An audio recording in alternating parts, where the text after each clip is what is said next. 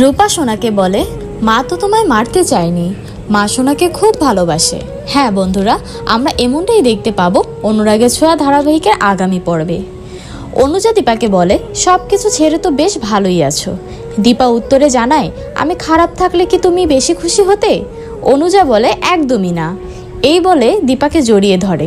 অন্যদিকে সূর্য জয়কে টাকা দিলে জয় সেই টাকা ফেরত দিয়ে চলে যায়। একই সময়ে সোনা রূপার জন্য মন খারাপ করে কাঁদতে থাকে। তখন চারু সোনাকে রূপার কাছে নিয়ে আসে। সোনা রূপাকে বলে, এই দেখো আমার মা চারু, তোমার সাথে তো এর আগেও কথা হয়েছে।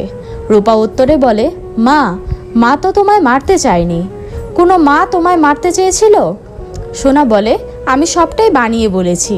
রূপা রেগে গিয়ে বলে, তোমার কথায় কোনো সত্যতা নেই, এখান থেকে চলে যাও। সোনা হতাশ হয়ে চলে যায়।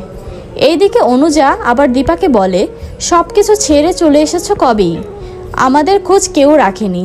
চিরকাল তোমার জেদ আমাদের বাড়িটাকে ছিন্ন বিচ্ছিন্ন করেছে।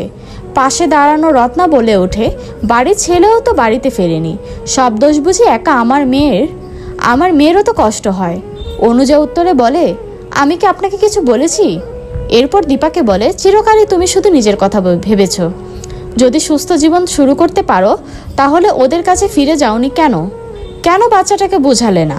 দীপা আবেগ মাখা গলায় বলে, সেটা সম্ভব না।